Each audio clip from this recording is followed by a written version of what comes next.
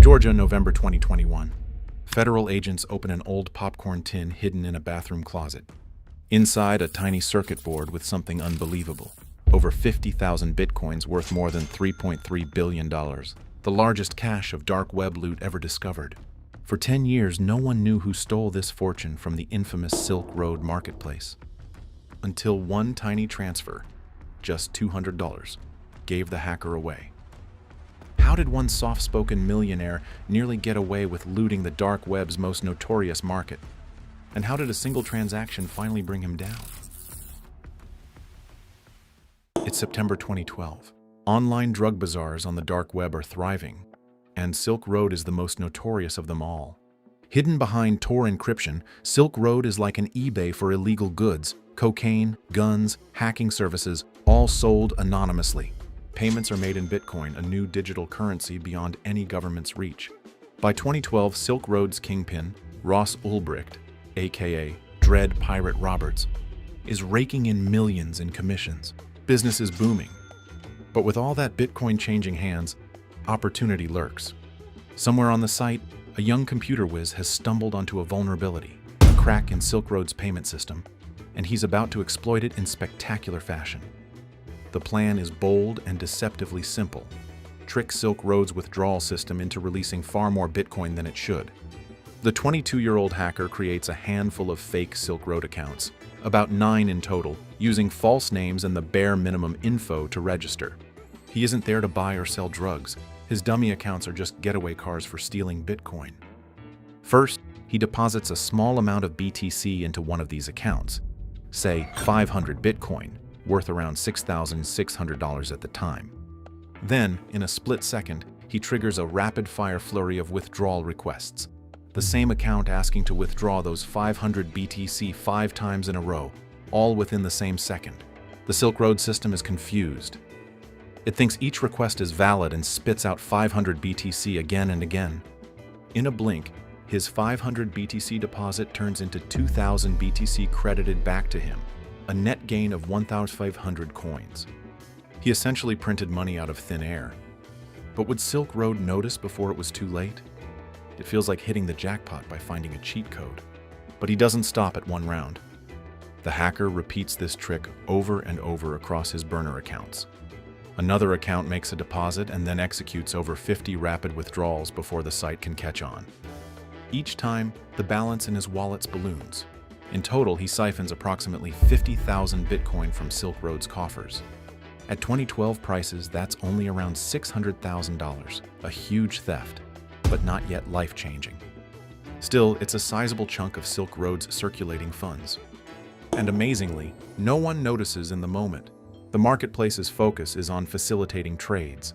A glitch in the withdrawal system isn't immediately obvious amid thousands of transactions. Before the admins can plug the leak, the hacker has escaped into the wind with the funds. He moves quickly to cover his tracks. The stolen Bitcoin is shuffled into different addresses under his control. Within days, he consolidates the loot into just 2 big wallets, one holding 40,000 BTC and another holding 10,000 BTC. Now the Bitcoin sits outside of Silk Road in the hacker's personal stash. On the blockchain, all anyone can see are coins moving to new addresses. There's no name or IP attached to them. The thief is effectively invisible. He hasn't had to deploy malware or hold anyone at gunpoint or even write fancy code. He just outsmarted the system's timing. It's the perfect digital heist. No alarms, no police, no immediate suspects. But how long can such a theft remain undetected? By late 2012, whispers of weird inconsistencies in Silk Road's finances may have reached Dread Pirate Roberts. Perhaps Ulbricht or his admins noticed the sudden 50,000 BTC shortfall and realized they'd been conned. We know they quickly fixed the withdrawal bug, but by then it was too late. The coins were gone. And tracing Bitcoin in 2012 is like chasing smoke. Law enforcement barely even understands what Bitcoin is at this point. The mysterious hacker vanishes into the depths of the web, leaving no clue to his identity. Silk Road continues operating. It wouldn't be shut down by the FBI until a year later. And for now, no one even knows a historic theft just took place. Who exactly pulled this off? At this stage, it's a nameless figure, a phantom. And that's exactly how he plans to keep it. The hacker has 50,000 illicit bitcoins burning a hole in his pocket. Step 1 of his plan is complete. Now comes step 2. Lie low and don't get caught. He has just become extraordinarily rich in theory. Yet, cashing out or drawing attention could ruin everything. As he shuts his laptop that day in 2012, he must be equal parts elated and terrified. He's gotten away with the perfect crime, but the game isn't over. How do you hide a fortune in a place built to track it? Weeks turn into months, then years. The Silk Road hacker remains in the shadows, hitting his stolen Bitcoin and saying nothing to anyone. In October 2013, Silk Road is famously busted by the FBI in a San Francisco library, as we talked here in another video. Ulbricht's laptops reveal mountains of evidence of drug deals, but notably not a clue about the 50,000 BTC theft. Yet quietly, a 600K stash of Silk Road Bitcoins is growing into a monster. Bitcoin's price is rising year by year, and the 50,000 BTC that our phantom stole have swelled to tens of millions of dollars, then hundreds of millions. And who is our phantom? His name is James Zhang, but nobody knows it yet. In the real world, James Jimmy Zhang is an unassuming young man from Georgia. In 2012, when he pulled off the hack, he was just 22, a student and self-taught coder living in Athens, Georgia, a place known more for college football than cybercrime. He's smart, but doesn't fit the Hollywood image of a criminal mastermind. Friends later describe him as soft-spoken, polite, and a bit of a tech geek. With his newfound wealth, Jimmy doesn't go on a flashy spending spree.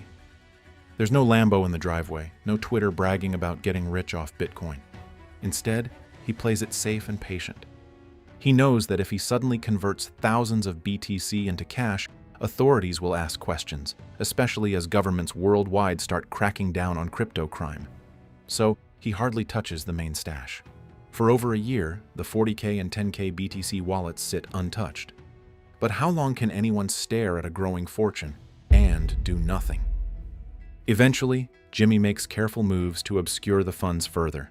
From late 2013 through 2017, he periodically dribbles the Bitcoin into new addresses, splitting them up, moving them around like a shell game. He likely uses cryptocurrency mixers, services that shuffle your coins with others to erase traces, and moves some funds to offshore exchanges with loose regulations. He's effectively laundering the crypto, trying to break any clear link from the coins back to the Silk Road hack. By August 2017, an interesting thing happens.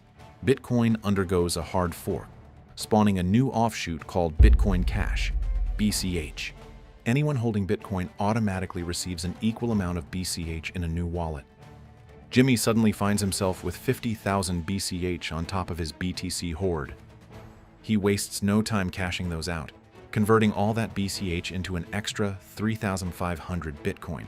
It's like a bonus reward for his patience. His total haul is now about 50,500 BTC, currently well over $200 million by late 2017 and climbing. By 2019, Bitcoin's value is exploding, hovering in the 10K, 20K range. Jimmy Zhang's trove is worth hundreds of millions, then billions on paper. He has quietly become one of the richest Bitcoin holders on Earth, and no one knows. He channels some of this wealth into legitimate ventures, likely to launder it into clean money. In Memphis, Tennessee, he invests about $9.5 million into a real estate development company, gaining an 80% stake in a major property project. He also amasses physical silver and gold bars and holds cash. By the time agents eventually catch up to him, he has $661,000 in cash, plus gold and silver bars stashed away. These are prudent measures. He's diversifying the illicit wealth into assets that can't be frozen on a blockchain. All the while, law enforcement is evolving. The IRS, FBI, and blockchain analysis companies are getting much better at tracing crypto. The Silk Road case isn't completely forgotten. Those who investigated Ulbricht knew there was this cache of Bitcoin missing from the site's accounts. They just had no idea who had taken it. Over the years, blockchain sleuths traced the 50K BTC to a set of addresses.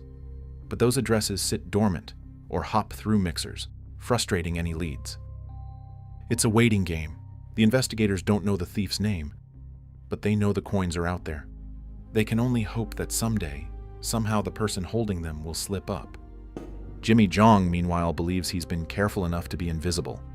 Nearly a decade has passed since his audacious heist. He's living comfortably, perhaps thinking he's beaten the odds. Wouldn't you?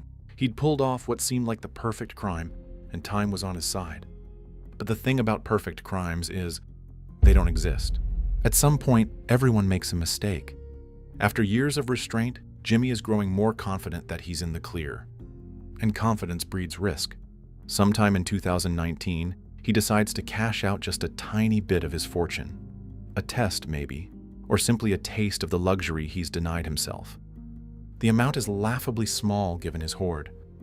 About $200 worth of Bitcoin, pocket change. He sends it from one of his wallets to an account on a popular cryptocurrency exchange. Perhaps he's curious to see if he can liquidate larger sums this way. The exchange, however, isn't some unregulated offshore haven. It follows strict KYC, know your customer rules. He makes one tiny transfer, one traceable name. And just like that, Jimmy's perfect disguise begins to crack. Could a $200 mistake really solve a decade-long heist? The blockchain never forgets. That $200 transfer does what law enforcement couldn't do for years. Connects Jimmy's secret hoard to his real identity. Here's how it goes down. When Zhang moved that small amount of Bitcoin, the transaction combined inputs from two sources. One input came from his Silkroad loot wallet, and another came from a wallet tied to his verified exchange account. In an instant, Chainalysis agents spot a red flag. Their algorithms see that some of the crypto entering the exchange account can be traced back to the 2012 Silkroad hack. This is exactly the break investigators have been waiting for. They quietly obtain KYC data from the exchange, the name, email, and even login IP address of the account that received the $200 deposit. The name is James Zhang. The IP address? Gainesville, Georgia. After 10 years, they finally have him. Imagine being the agent on this case. One day, out of the blue, a long dormant trail lights up, and you have a real identity after a decade of dead ends. The investigation kicks into high gear. Federal agents start surveilling Zhang discreetly. Who is this guy? They find he's been living a low-key life in Georgia, not on the run, not spending lavishly enough to draw attention. It's almost too ordinary, which in a way confirms they've got the right man. By late 2021, the feds have gathered enough evidence for a search warrant. They suspect that Zhang still possesses a mind-boggling amount of Bitcoin, likely stored in devices in his home. They also know that such digital evidence can vanish with a keystroke, so they plan the raid carefully to catch him off guard. November 9th, 2021. It's showtime.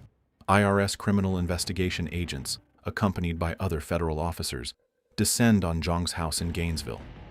We don't know if Jimmy got any warning, perhaps a loud knock and the dread words, FBI, open up, or maybe they quietly entered while he wasn't home. Either way, they flood in and secure the premises. Zhang is caught, and for the first time, the mystery man and the stolen Bitcoin are in the same room as law enforcement. But finding 50,000 Bitcoin is not like finding a briefcase of cash. The agents have to hunt for digital storage devices that could be anywhere.